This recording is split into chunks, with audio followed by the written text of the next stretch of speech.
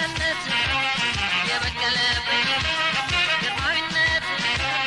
ዘርሽ ባለሟል ፍጥረትሽ ቆንጆ ይኮራል ባንቺ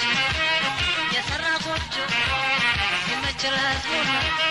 ቤትሽ ባልራው ሎሎጋው ለልጅሽ ለሸበላው ራስ አይነካ የልፍኝሽ በር ስገባ አንገት